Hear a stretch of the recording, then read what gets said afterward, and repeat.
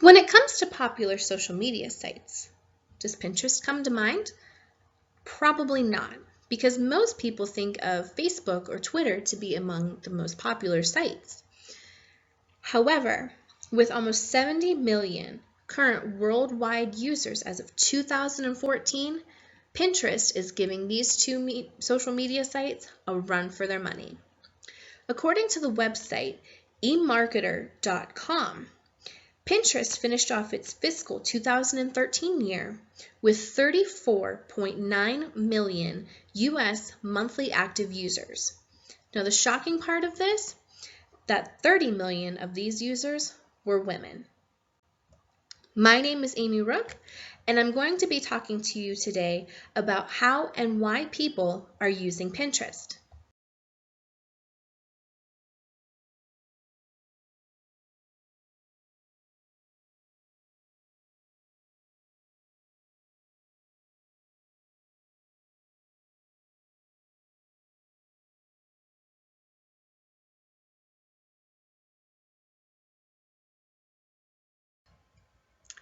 So what is the purpose of this study? Well, the purpose of this study is to examine the research done on the different ways people are using Pinterest in their everyday lives. Now, the reason that I chose this topic for my study is that I'm currently finishing up my communication degree in the media track at Youngstown State University, and I am also a current avid user of Pinterest as well.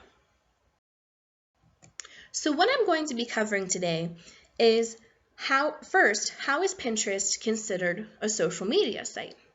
Secondly, how does gender relate to how a person uses technology and also the internet?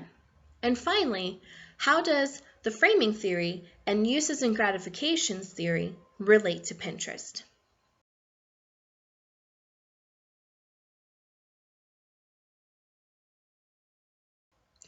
So first, I'm going to be discussing how Pinterest is considered a social media site. So in order to do that, we first need to define exactly what social media is. Now, Sago defined social media as a way for individuals as well as companies to communicate with each other. Now, Mullen Lee went a step further, and they created a definition of an image-sharing social network site, which is an area for people to share images and build relationships with each other. So now that we know exactly what social media is defined as, we can now look at the definition of what Pinterest is. So the authors Phillips, Miller, and McQuarrie and the author Jacoby have defined Pinterest as a rapidly growing visual social media network that allows users to view and pin images with others who have shared interests. Now, Phillips et al. Created two sub-definitions of Pinterest. Now, those two sub-definitions of Pinterest are Pinterest as a scrapbook and Pinterest as a collage.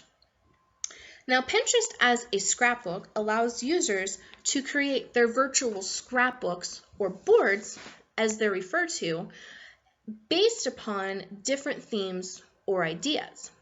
Now, Pinterest as a collage describes how different sized images are placed on these boards by users in the order of the date that they are pinned over a period of time. And this can also show the change towards the products that the user is pinning over a period of time as well. So now that we have a clear understanding of the definition of Pinterest and how it can be considered social media, we're now going to take a look at how gender can relate to Pinterest. So first off, to understand how gender and Pinterest relate to one another, we need to look at the definition of gender. Now, Sago defined gender as a factor that shows different levels of use and acceptance between males and females. Now, Jacoby noted that women use the internet differently than men, and they're often excluded out of key content creation roles when it comes to the design of software and technology, which led to his definition of digital literacy, which he defines as being determined by a person, how they use technology, and how well their goals are achieved using technology. Now, Conlon, McLemore, and Rush found a link between Pinterest and gender, in that Pinterest is a predominantly female social network, and they are more likely to have their images repinned than their male counterparts. Now, Moore found in his study that the ratio of female to male users is 80% to 20%. Now, Moore also found that 92% of the pins that are found on Pinterest come from females, whereas only 8% come from the male counterparts. Now, Moore also found that over a 4-year span of his study of Pinterest, that the attrition rate of men dropped to 50%, and that the women, their rate only dropped to 84%. Now, the most interesting find of this was that the longer women are using Pinterest, the more active they are becoming on Pinterest. Now, on an average woman's Pinterest account, she will go from just 42 pins in her first year of using the site to 152 pins within her 4th year. Now, Moore found that the top 3 categories women are pinning from are food and drink, do-it-yourself and crafts, and home decor, which is why Conlon et al. Found that major sports teams who have Pinterest accounts are having a harder time trying to reach their female audience because they are not pinning those types of pins within those top 3 categories. So now that we have a better understanding of how gender and Pinterest correlate with one another, we're now going to take a look at how this topic has been so predominant within the studies of how framing theory and the uses and gratification theory relate to Pinterest as well. So first, we're going to take a look at how the framing theory relates to Pinterest. So in order to do that, we need to look at the definition of framing theory. So Conlon et al. Has defined the framing theory as how a message is shaped or framed in order to reach a target audience and how that target audience receives that message. Now, in regards to structuring feeling, which I have in quotation marks, Cara describes this form of the framing theory as when a person uses social media to upload images using their smartphone to structure a relationship between other people, places, or businesses. And she also discussed how when these images are uploaded, they're analyzed using different types of algorithms or manual devices such as hashtags, which you normally see on Facebook or Twitter. But these hashtags, how they relate to Pinterest, they're looked at in terms of tags, and those tags are used to find different pins or boards on Pinterest in the search bar.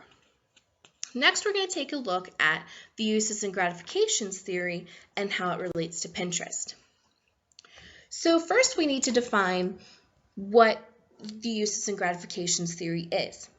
Now, Mullen Lee defined it as how people choose media based upon if it meets their needs and if it makes them happy. And the authors explained the 4 social networking sites motivations that allow consumers to be gratified when using those sites. Now, those 4 motivations are entertainment, information, personal identity, and social interaction. Now, Sago described the perceived usefulness and enjoyment as a form of uses and gratifications theory. Now, he said that when combined, these 2 factors will show positive intentions when using technology. So with this being said, and we have a better understanding of how and what uses and gratifications theory is, we're going to take a look at how people and businesses are using Pinterest. Now, Phillips et al. Found that the main purpose of women using Pinterest is that they're using it to discover, develop, and redefine their personal tastes. Now, most of the boards that they're creating are future-oriented, which offers a way to view a person's possible self. And the boards that they're creating can also be kind of a wish list of products per se, or they can also be used as a decision-making tool when it comes to researching products that they might be interested in shopping in. Now, the authors Sevitt and Samuel and the author Hendrickson both looked at how businesses are using Pinterest to reach their target audiences.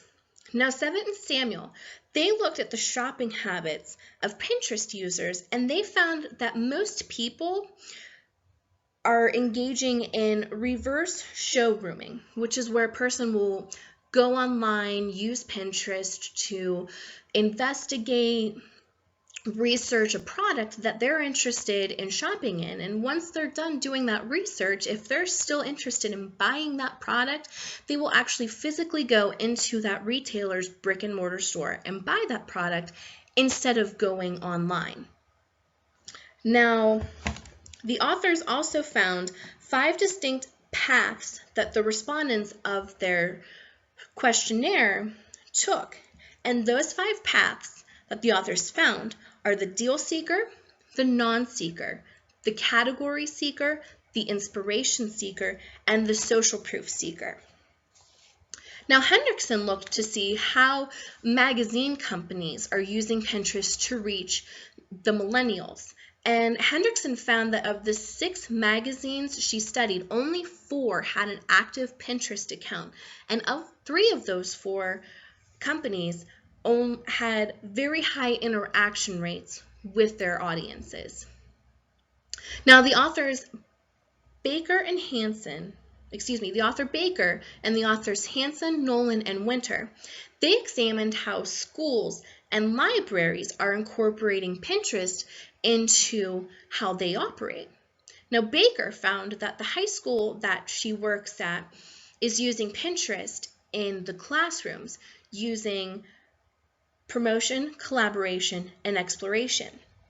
Now, she found in interviews that she conducted with some of the teachers that they love having Pinterest as a way to use in their classrooms to allow their students to visually see a topic that they might be discussing in class, whether it be the Eiffel Tower or the Golden Gate Bridge or something along that lines. Now, Baker also pointed out that visual learners could benefit greatly from using Pinterest when it comes to a research topic that they might be assigned from their teachers as well. Now, Hansen et al., they found that Pinterest can be beneficial at a university level through the campus library. Now, the authors found that the library's Pinterest account that they studied had positive interactions within the university community. And the authors also noted several ways of preventing copyright implication when it comes to pinning images on Pinterest, such as always making sure that you cite the original source that that image came from when you go to pin it on Pinterest to prevent any type of copyright implications. So now that I've discussed how people and businesses are using Pinterest to better reach their target audiences and to better reach other individuals as well, we're now going to take a look at the synthesis of this study. So overall, the research found from this study, has shown that gender and the theories of framing and uses and gratifications are an important part in the development and use of Pinterest. Now, Moore found that the most pinned sites by women on Pinterest are Etsy.com, Urban Outfitters, Williams and Sonoma, and West Elm. Now, the reason that Etsy was found to be the most pinned site is because their brand and product offering resonates with the majority of Pinterest users. And among the other three brands mentioned, they follow a similar suit to Etsy in how they're presenting their products and brands and product lines. Now, the Lowe's board on Pinterest called Build It is the #1 followed board on Pinterest.